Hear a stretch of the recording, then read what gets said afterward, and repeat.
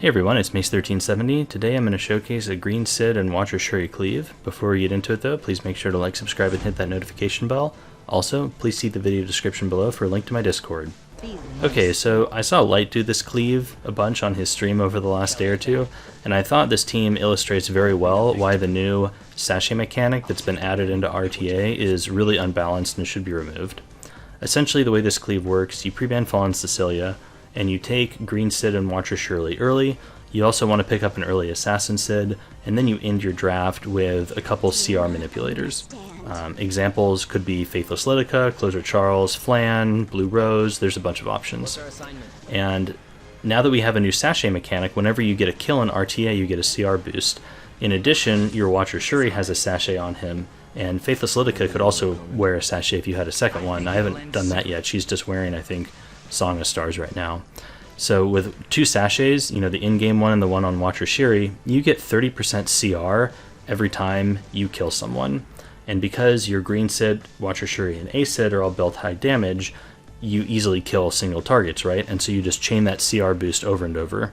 Here you see the enemy has taken a few speed contesters with Ran and Conqueror Lilius.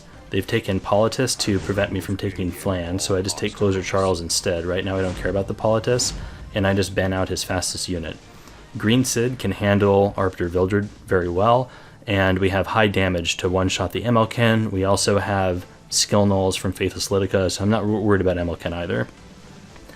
So the one caveat to this team is that you have to have very good speed gear, and you have to have pretty, high gear score, mid-range damage gear. I'll show all the stats on the heroes at the end of the video here. Faithless Litica gets the first turn, and then Closer Charles goes next. I do get a single speed imprint here from Cidd. He banned out the Watcher Shuri, so that's plus 10 speed. My Flitica is 295, so she's 305 here with the Cidd imprint. And then Closer Charles is like 286, I think, so he's 296 with the Cidd imprint. So 305 on Faithless Litica is going to outspeed a lot of Conqueror Liliuses. Maybe not some in higher legend, but it'll outspeed most of them. So you can see on the little CR bar here on the left, whenever I get a kill, my entire team jumps forward by a good amount. We get another CR boost. It's being cut in half by Politis here, but that's okay. We're still getting plenty of turns. Green Cidd is a great Arbiter Vildred counter. If you're not aware, you can just see how he gets an extra turn there after RB dies, and then that lets him, kill the RB revive. Here I'm debating if I want to hit MLken or Politis. I think I just want to take out the Politis. I don't want to get countered by MLken and lose my skill null. Almost killed the Politis there. So that's kind of a gear diff. I think if I was going to run this Cleave for real, I would put a little bit more damage on Flitica. So unfortunately we lose all of our skill nulls. I think we're still fine though. Another little CR boost there. So now we just go into this MLken, don't get the kill, but we do have evasion, so we don't die. He gets the skill 3 here. But he doesn't kill anyone. His damage is pretty bad.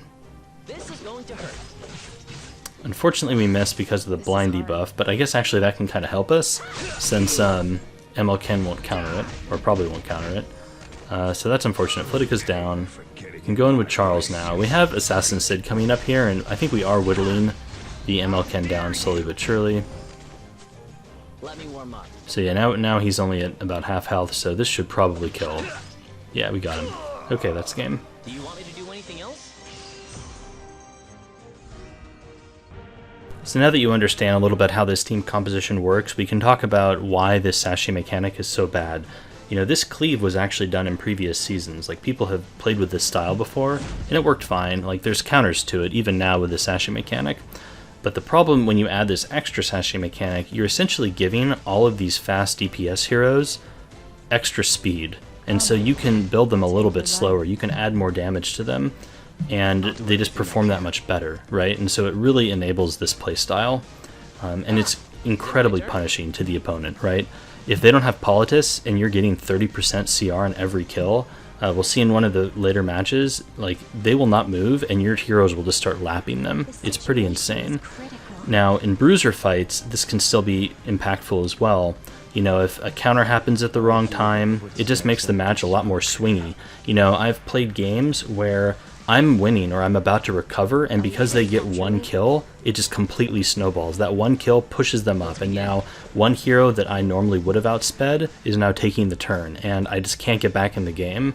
And so it creates these extremely lopsided matches where one team gets a kill, and then that momentum is just overwhelming and the other team can't come back. So even in slower matches, I think that this mechanic is still incredibly stupid and really needs to go. I can't say enough bad things about it. Okay, so we can look at this draft here. I have pretty much the same opener I had last time. I think the enemy does have a Politis here. I don't know if I take Closer Charles or if I take Flan. I've already taken the Flitica. Flitica is really strong, by the way, when she can get a turn. Like, this hero has never been bad other than her speed. You know, the problem with, you know, these disaster units that came out is their beast speed was so high, you just can't compete with them. But if you take two speed contesters, well, now you can use some of the slower base speed units. So I decided to take the Flan here and then just ban out the Politis. Pretty obvious what hero I'm banning. I just kind of wanted to play around with Flan. I don't get to draft her very much. So here you can see we get both of our speed imprints. He bans out the Flitica. So this Flan is, let's see, plus 20 speed, right, with those two imprints. So she's 315, so essentially zero shot. We're getting outsped by this Conquer Lilius. Now, another caveat I should say is that since I don't play this playstyle very much, I'm probably not killing the right targets all the time in the right order. You know, you have to play with a comp and get a feel for how your damage can compare to various, you know, heroes and what you can kill and what you can't. So forgive me if I, you know, kind of go in a suboptimal order here. So I could boost either the Cidd or the Watcher Shuri. I decided to boost the Cidd. What's our assignment? And I guess we can just go into the Conquer Lilius here. I think we have to kill her.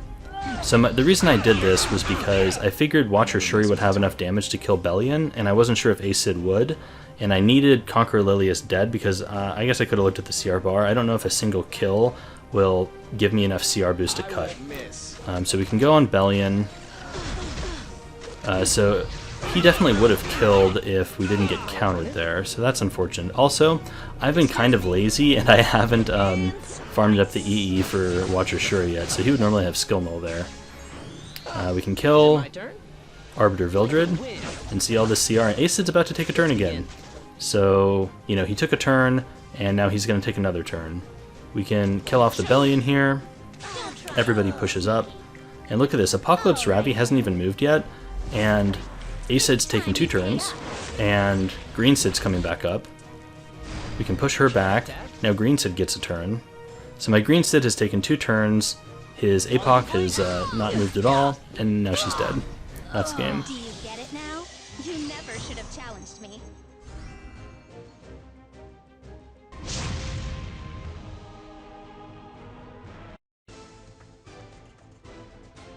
Let's take a look at one more game. So we're pre-banning out that Fallen Cecilia, and we're doing that because her barriers provide, you know, a ton of mitigation and can prevent you from one-shotting in some scenarios. And so, you know, then you don't get your momentum, you don't snowball. So we want to get rid of her, so that's not an option. The opponent has pre-banned Rimuru. I would also note, too, that this Cleave will become a lot more viable when double pre-ban comes out, even if they take the Sashe mechanic out of the game. And the reason for this is a lot of these higher base speed heroes are going to be pre-banned out in a, you know, typical game. You're almost always going to see either Lilius, Para, or Ran in that pre-ban list. Maybe not all 3, but at least some of them. So we take our standard 3. The opponent has taken a Carmen, a Bellion, a Trozet, and an Aravi. So this is pretty much as tanky as they can possibly get. Here I think we definitely take Flan. She's going to provide, you know, the most extra damage, right? Because she gives that attack buff and that crit damage buff. So when they really turtle down, Flan is going to be really strong. And I'm debating here if I want to take Flitica or Closer Charles, and I think Flitica is the better choice. Closer could get countered, right, by Bellion and by Trozet. We also have the reset from Flitica, so we can reset Aravi, which is really strong. if you reset a Ravi, that takes away a lot of her power and potential to, you know, bring the game back. And then I think we just ban out the Crimson Armin. They've taken Stenny last, but I don't think Stenny's going to matter, since ideally Stenny will never get a turn. Yeah, so we just ban out the mitigation. He still has Troublemaker Crozet, but he'll only provide mitigation for one unit more than likely, so we can just snipe out the units from around the Trozet first, or kill Trozet first, alternatively, and then go to the last unit.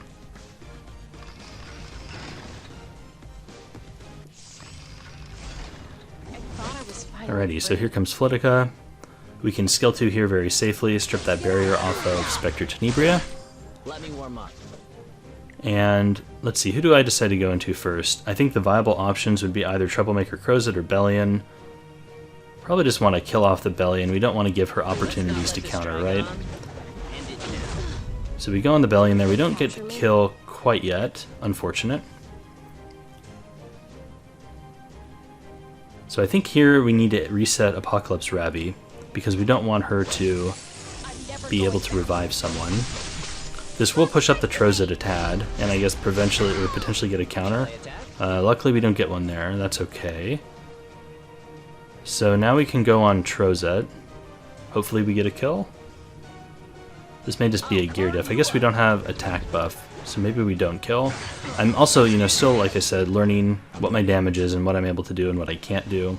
I guess without attack buff we may need to just double up on Bellion there and go for that kill instead.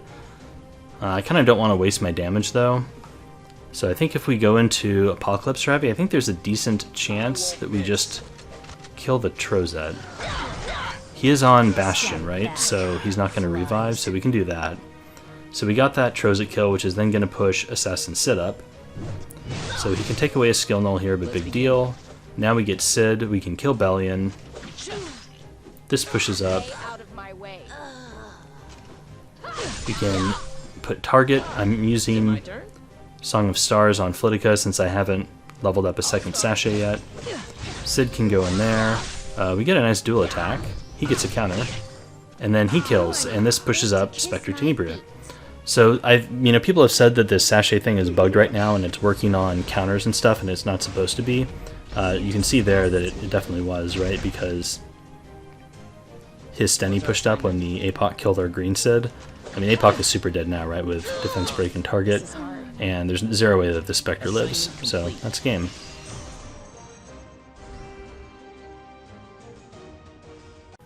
Okay, let's take a look at the units. We can start with green Cidd. I have him speed tuned to 230. From there, I just wanted as much damage as I could get, and I wanted him on Penset because he's a single target hero. I chose Windrider for his artifact. I think this is far and away the best artifact for him.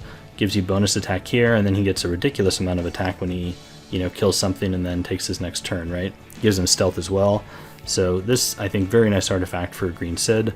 I only have a plus 15 one because I was stupid and foddered a ton way back when it was really bad. So don't be stupid like me and keep your 5-star artifacts. We can take a look at the gear here. It's all pretty decently high gear score stuff. But, your DPS gear is never going to be as high on the gear score spectrum as your bruiser gear, right? Because you have a lot of flats peppered throughout to get the flat attack for more damage. So I think I used 11,000 MCD when I fribbled him at about 230 speed, and then I just took one of my better options that didn't strip a ton of other units. The important thing to note with that is I have disabled in Fribbles the damage addition with Penset. So Fribbles can add in whatever the extra damage Penset would do on that hero to their stat line. So their MCD would be higher if you enabled that and they were wearing Penset versus not. But it makes it harder to compare builds with other people if you do that. So I just took it off and it makes it a lot easier. Okay, so next up, is Watcher Shuri, I think. So Watcher Shuri should have an exclusive equipment. Haven't had the chance to farm that up. I'm waiting for Hall of Trials to open. So he would be 5 to 10 speed faster with that. I wanted him around 230 speed, so in Fribbles I put in 200 or 225, and then just took as much damage as I could get. And I assumed I would get the rest of the speed with the exclusive equipment. Again, I think this is all pretty decent damage gear. He's on Sashe Athanes. I think this is probably the best choice for him. If you lack damage gear, you could put him on a damage artifact, like Portrait or something like that. However, I think he does enough damage, probably, that you can afford to not take a damage artifact here, and it's probably fine. But you did see I missed a kill, so maybe I do need to use a damage already on him. But I like Sashe. Okay, so here's Assassin Cidd. I wanted him a little faster than Green Cidd. My thought process for this is I want Assassin Cidd to go first, score a kill, get that CR boost to pull up Green Cidd. So they don't need to be the same speed, and so you can put more damage on one than the other, and go from there. Also on Pensat because he's single target, right? And then just as much damage as you can get on him. For his artifact, I think pretty much any damage artifact is honestly probably fine. I just threw Violet Talisman on him. The evasion is nice, and he gives himself attack buff for later turns, so you can get attack buff from that. I think you could run him on something else like Basket or whatever, really. Let's take a look at the speed contesters. Here is Faithless Litica. So she's pretty fast. I had to shuffle around some speed gear to make this stuff work. You obviously want her to have a 100% crit chance. Effectiveness is nice, so pretty decent build for her. Ideally, I guess, if you could get 300 speed, that would be ideal, so that she's 310 with only 1 speed imprint. But you're going to be in Wyvern for a long time to get that, right? Okay, here's Flan. Same idea with her. Basically, you just want her fast. Some effectiveness is nice. I don't think it's super necessary on Flan. And, then just some bulk or whatever is fine. But speed is probably the most important thing. I think for her, Unseen Observer is the artifact of choice. It just gives you the ability to draft her with units like, Vildred, or I think Green Cidd also has a 10 soul burn cost, right? Am I crazy?